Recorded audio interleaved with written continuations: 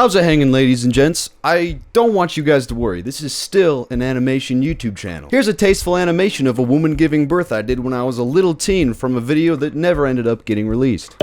Wow, life is such a miracle. What a respectful and reverent little teen I was. Now, I'm gonna go smear this eyeliner all over my forehead. I'll be right with you.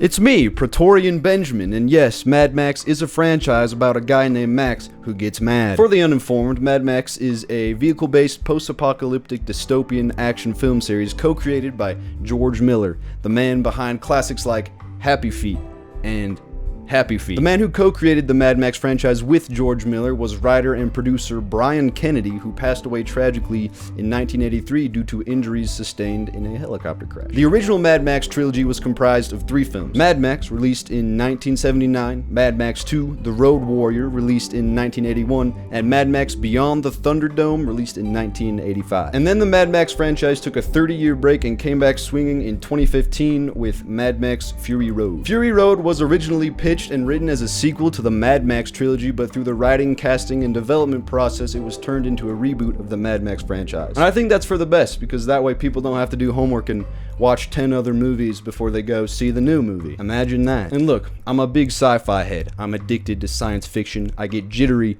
if I don't have my dose of science fiction every day. Star Wars, Destiny, Halo, The Maze Runner, Planet of the Apes, even Star Trek in very small doses. I really love science fiction. It's my favorite genre, no doubt about it. So as a sci-fi head, when it comes to movies, Mad Max Fury Road is about as good as it gets. Fury Road is incredible. It packs a huge amount of dopeness into its short 2-hour runtime, and I mean, Fury Road is so dang rewatchable, man. I could rewatch that movie like once a year, once annually, and I wouldn't get tired of it. That's saying something. If you haven't watched Mad Max Fury Road, I highly recommend it. It's very good.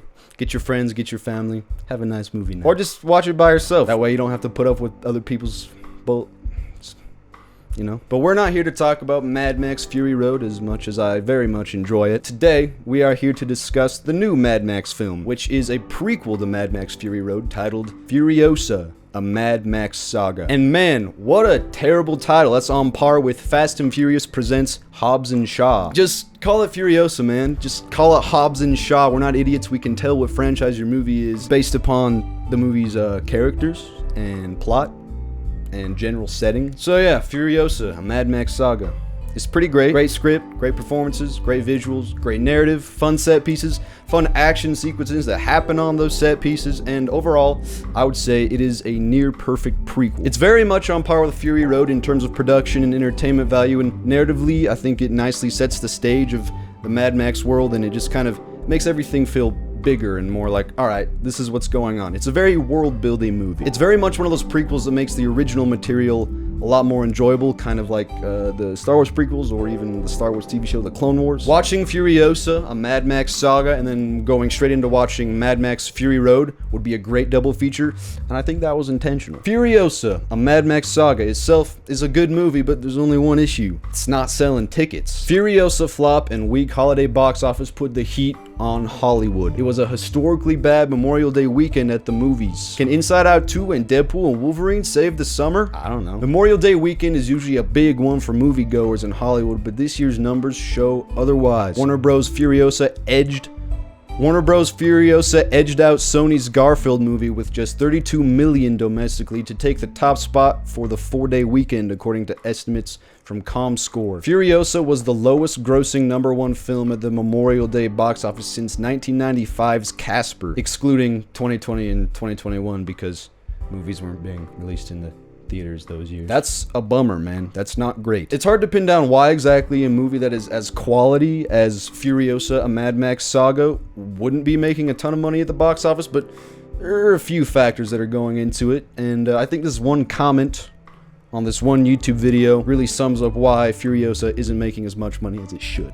I'll be honest, as refreshingly simple and fun as this movie is, a spin-off about Furiosa should have come out a decade ago.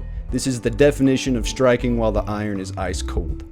And that is, unfortunately, true. I think if this exact same movie had been released in 2017 to 2018 to 2019, the box office results would be a lot more promising, and Mad Max as a franchise would have a much brighter future. George Miller himself has talked briefly about 2 more Mad Max films that he has planned in this kind of cinematic universe, I guess. One of those movies would be a prequel about Mad Max's backstory before meeting Furiosa in Mad Max Fury Road, and the other would be a direct sequel to Mad Max Fury Road. So franchise would have gone Mad Max prequel, Furiosa prequel, Mad Max Fury Road, and then Mad Max Fury Road sequel. I have a hard time saying Fury. My mouth just wants to say furry, to be frank. That is a 4-movie franchise that sounds quite awesome, but unfortunately, due to Furiosa, a Mad Max Saga's underperformance at the box office, it's unlikely that George Miller's vision for these films will be seen, and it's unlikely that we will see these Mad Max sequels. And that is a shame, because I think Mad Max is cool. What did you think about Furiosa, a Mad Max Saga? Did you think it was cool? Did you like it? Did you hate it? Let me know in the comments below. I'll read your comment.